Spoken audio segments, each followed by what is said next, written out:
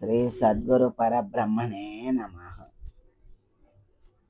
నిన్న మనం ప్రత్యేగాత్మే ప్రజ్ఞాన శబ్దానికి లక్ష్యార్థం అని తెలుసుకున్నాం. 6 విషయాలు కలిస్తేనే విషయాన్ని అర్థమవుతుంది.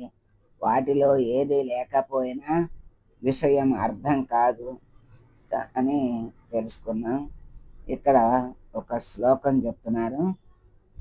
చతుర్ముఖేంద్ర దేవేషు మనుషాస్వగవారిషు చైతన్యమేకం బ్రహ్మాతః ప్రజ్ఞానం బ్రహ్మమయ్యపి అని మనకి ఈ శ్లోకం ద్వారా అర్థాన్ని చెప్తున్నారు.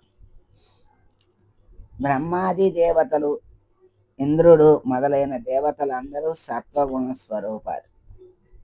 వాళ్ళందరూ సత్వగుణ సంపన్నులు. మరి మానవులు రజోగుణ స్వభావాలు కలిగిన వాళ్ళు. మరి జంతువులు, మరి అశ్వము, గోవు, అదే గుర్రము, గోవు మొదలైన జంతువులన్నీ కూడా తమోగుణ స్వభావం కలిగినవి. సత్వగుణమేమో బ్రహ్మ ఇంద్రాది దేవతలందరూ సత్వగుణ సంపన్నులు. మానవులు రజోగుణ స్వభావం కలిగిన వాళ్ళు, జంతువులు తమోగుణ స్వభావం కలిగిన వాళ్ళు. సత్వగుణము అంటే మంచిని తెలుసుకుని మంచిని ఆచరించే గుణం సత్వగుణం. రజోగుణం అంటే అహంకారంతో కూడుకున్నటువంటి గుణం. పనులు గొప్ప కోసం, పేరు కోసం చేసేవి, అహంకారంతో చేసే పనులు రజోగుణంతో కూడుకున్నవి. తమోగుణం అంటే ఏమీ తెలియని తనం. జంతువులు ఉన్నాయి, వాటికి తినటం పడుకోవటమే తెలుసు, వాటికేమీ తెలియవు. కాకపోతే వాటి జ్ఞానం వరకు వాటికి తెలుసు. ఆకలేసినంత వరకు తినాలని, ఆకలేస్తే అరవాలని, మరి దానికి ఏదైనా ఆపద వస్తే అరుస్తాయి. అట్లా కొంతవరకే జ్ఞానాన్ని పెట్టాడు భగవంతుడు. అంటే వాటి వరకు అవి తెలుసుకుంటాయి. అటువంటి మరి తినటం పడుకోవటమే వాటి యొక్క లక్ష్యం. అది తమోగుణ స్వభావం. మరి ఈ విధంగా ఏ జ్ఞానము ఉందో అదే బ్రహ్మము. వీటన్నిటినీ తెలుసుకునే జ్ఞానం ఏదైతే ఉందో అదే బ్రహ్మము. ఇప్పుడు దేవతలు ఉన్నారు, మనుషులు ఉన్నారు, పశుపక్షులు ఉన్నాయి. ఇవన్నీ కూడా ఉపాధులు. ఉపాధిని బట్టి అక్కడ వ్యక్తమవుతూ ఉంటుందని మనం తెలుసుకున్నాం కదా. ఇప్పుడు సూర్యుడు ఉన్నాడు, రంగుల నీళ్ళ పాత్రలు పెడితే ఏ రంగు నీళ్ళలో సూర్యబింబం పడితే ఆ రంగులో ఉన్నట్లుగా మనకి భ్రమ కలుగుతుంది. అట్లా ఇక్కడ అవి ఉపాధులు. అట్లాగే ఇవి కూడా దేవతలు, మానవులు, జంతువులు కూడా ఉపాధులు పరమాత్మకి. ఆ ఉపాధిని బట్టి ఆ లక్షణాలు కనపడుతూ ఉంటాయి. వాటిలో ఉన్నటువంటి ఇంద్రియాలు, అంతఃకరణలు, వాటి యొక్క వీటన్నిటికీ కారణం మాయా. మాయ నుంచే కదా ఇవన్నీ వచ్చినవి. మాయకి అధిష్టానం పరమాత్మ. వీటన్నిటికీ అధిష్టానం మాయ అయితే మాయకి అధిష్టానం పరమాత్మ. ఇవన్నీ కలిసి బ్రహ్మశబ్దానికి వాచ్యార్థం అవుతుంది. మాయా ప్రతిబింబ చైతన్యము, మాయా అధిష్టానము అయినటువంటి పరబ్రహ్మము కలిసి మనకి మరి ఈశ్వరుడు అయ్యాడు అన్నారు. అంటే ఇక్కడ మాయ యందు ప్రతిఫలించిన వాడు ఈశ్వరుడు.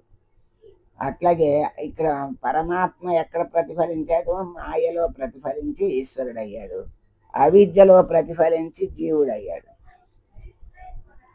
అట్లాగే ఇక్కడ అధిష్టానాన్ని బట్టి అక్కడ దేవతలు, మానవులు అంటే ఆ ఉపాధిని బట్టి జంతువులుగా వ్యక్తమయ్యారు.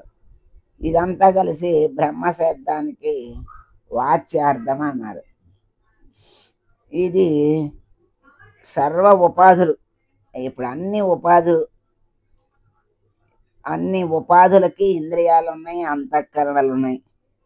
కారణమైన మాయ ఉంది. మరి ఇవన్నీ కూడా జడాలే.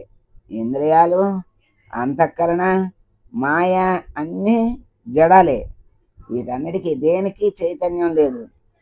జ్ఞాన స్వభావం కలవి కావు అని మనం తెలుసుకోవాలి. కాకపోతే మనకి అజ్ఞానం చేత ఇవన్నీ మన ఇంద్రియాలే పనిచేస్తున్నాయి, అంతఃకరణ మనస్సు పనిచేస్తుంది మరి అని భ్రమలో ఉంటాం కదా మనం.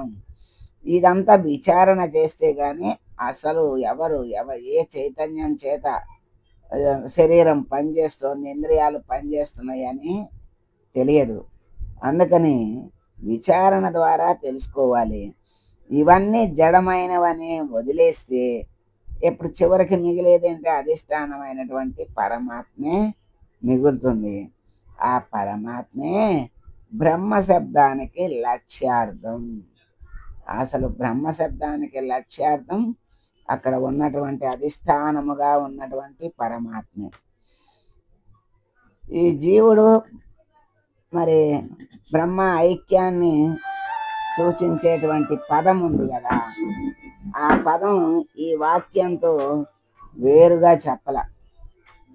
ఏమన్నారు? ప్రజ్ఞానం బ్రహ్మ అన్నారు, కలిపేసి చెప్పారు.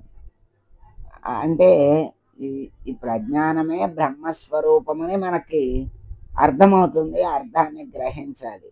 అంటే జీవుడి యందు ఏ ప్రజ్ఞానం ఉందో ఆ ప్రజ్ఞానమే ఇక్కడ ఎరుక మరుపులు తెలియజేస్తోంది. దాన్ని దాటినటువంటి తెలివి ఏదైతే ఉందో అదే బ్రహ్మము, అదే బ్రహ్మ పదానికి లక్ష్యార్థం. మరి సమిష్టి చైతన్యం కానీ ఇవి రెండు వస్తువులు కావు అనే భావం.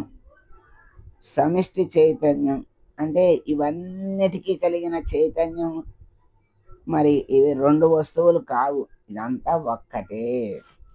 ఇవన్నీ కూడా మరి తమోగుణ, రజోగుణ, సత్వగుణ సంపన్నులు అన్నీ కూడా రకాలన్నీ కూడా చివరికి అధిష్టానమైనటువంటి ఆ పరమాత్మ యొక్క శక్తి చేతే, సత్తా చేతే ఇవన్నీ చైతన్యవంతమయ్యి పనిచేస్తున్నాయి. కానీ వేరే వీటికి ఏది చైతన్యం లేదు. ఇవన్నీ ఒక్కోటి విచారణ చేసి ఇది చైతన్యం కాదు, ఇది పనిచేసేది కాదు అని తీసేస్తే చివరకు మిగిలేది పరబ్రహ్మం. ఆ బ్రహ్మం అనే పదానికి లక్ష్యార్థం చైతన్యం అని. ఇవి రెండు వస్తువులు కాదు, ఒక్కటే వస్తువు అనేటువంటి దృఢ నిశ్చయం పొందాలి. అదే జ్ఞానం, అదే ప్రజ్ఞానం బ్రహ్మ అని మనకి అర్థమవుతుంది.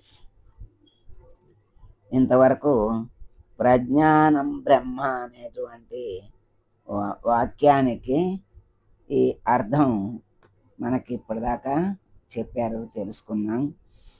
దీనికి తర్వాత అహం బ్రహ్మాస్మి అనే పదం, వాక్యం, మహావాక్యాలు ఇవన్నీ కూడా గొప్ప వాక్యాలు. ఈ వాక్యాలు మనం చక్కగా ఒక్కొక్కటి అర్థం తెలుసుకుందాం. ఈ రోజుకి ఈ వాక్యంతో సరిపెడదాం. మంగళం పడదాం. మంగళం గురుదేవాయ మహనీయ గుణాత్మనే సర్వలోక శరణ్యాయ సాధురూపాయ మంగళం. ఓం